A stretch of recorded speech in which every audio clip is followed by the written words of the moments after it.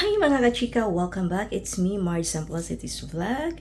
So, behind my back, nandito talaga tayo sa kitchen. So, for today's video, magluto tayo na ng trending na palitaw sa latik. So, yan mga kachika, palitaw sa latik. Yes, and before anything else, bago tayo magsimula, please don't forget to like, subscribe, and click the bell button so that you are notified to upcoming next upload. So yan, if you're ready, let's go!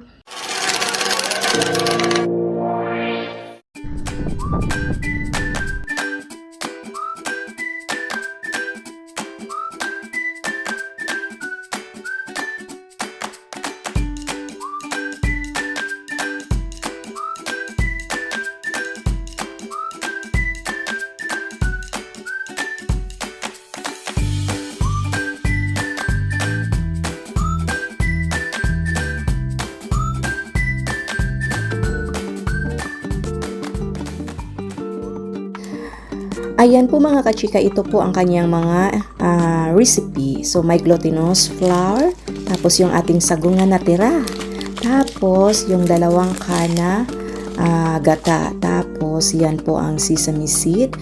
Ayan, sundan nyo na lang ako sa aking video na ito for the result to our palitaw sa latik. So yan po mga kachika, sundan nyo na lang ako dito kung paano natin niluto ang ating palitaw sa latik na nagtrending talaga.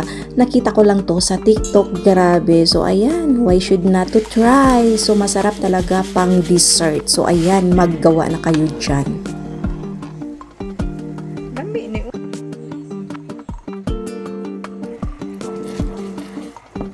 So ayan, ito una nating ginawa is gawa tayo ng lunok, yung ipaano talaga yung gata ba, tapos ayan nagsalang din tayo ng ating sago.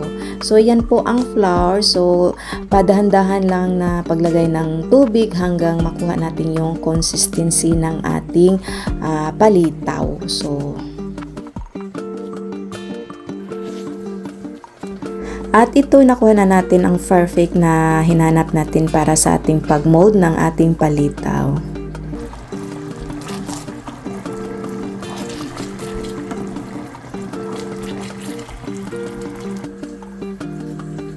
So ayan, mag-mold na tayo just like this. So ayan. At sa yan, pabida-bida. Ano yun na paborito? Yun kaya na niya din ha. Tug na po ni. Okay. Ha? Sus.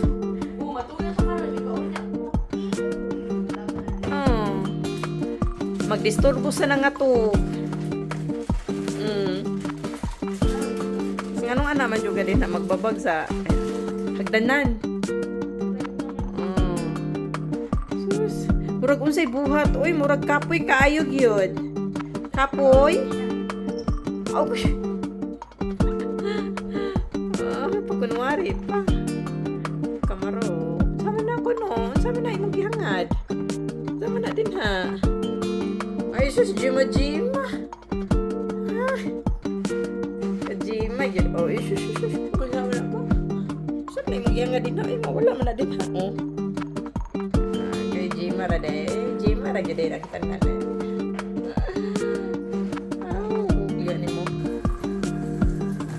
So let's back to our cooking mga kachika. So ayan, malapit na siyang mag-ano na tinatawag ng lunok ba. So just optional lang yan mga kachika. So ayan po ang ating na mold. So this is my first time. So sinubukan lang talaga natin na maggawa ng palitaw sa latik. So ayan, malapit na siyang maglunok. Tapos luto ng ating sago. And we back this our latik. So ayan, ang latik naging lunok.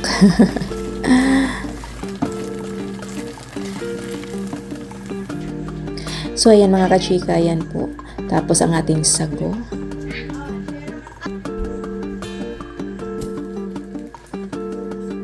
So next step, so gawin na natin yung ating palitaw. So ayan, pina-flat natin yung ating na mold na yung bilog-bilog. So ganyan lang, ka-simple.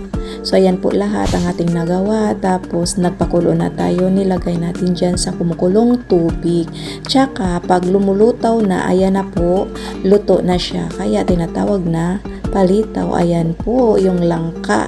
Maglagay po tayo ng langka. So ayan po ang lagyan natin ng ating palitaw pag luto na. So ayan, lumulutang na talaga sila. Ayan, luto na.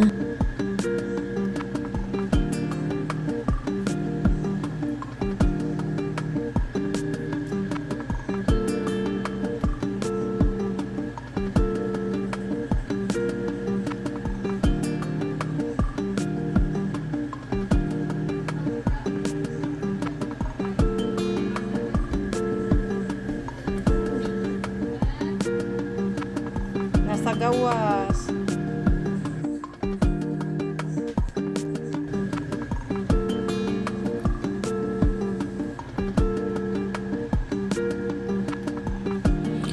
So at this part, yung sesame seed, ito toast natin. Yung roasted natin yung ating sesame seed pa. Pero depende na po sa inyo kung gaano karami. So ayan mga kachika, luto na ang ating palitaw. Tapos, yung ayan po ang last ka na gata. So hirap talaga hanapin ang gata dito. Kaya ayan po ang gata sa lata. So, kasi may buo-buo, so i-melt muna natin siya hanggang minute ba. Tapos, yung ating na roasted na sesame seed.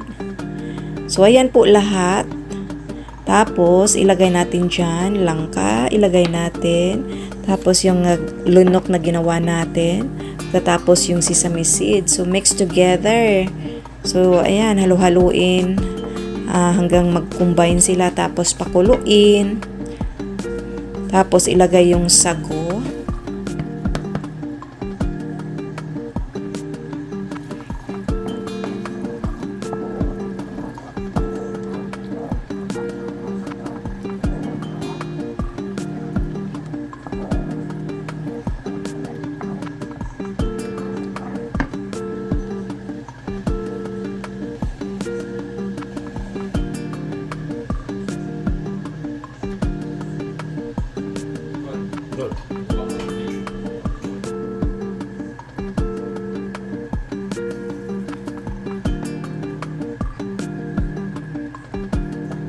So, ayan mga kachika, nilagay na natin lahat yung ating palitaw dyan.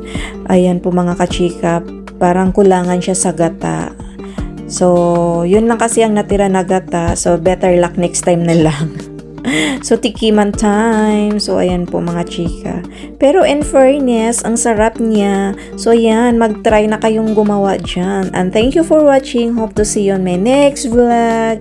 Ayan, kain muna ako dito mga kachika. Cook for how you want to feel, not just what you want to eat. Forget the perfect meal, just think. Energy, what will make me feel light and clear tomorrow morning? Comfort, what would feel like hug tonight? Pride, what a small thing that I can make that will be proud I made myself. Bye mga kachika, God bless you all.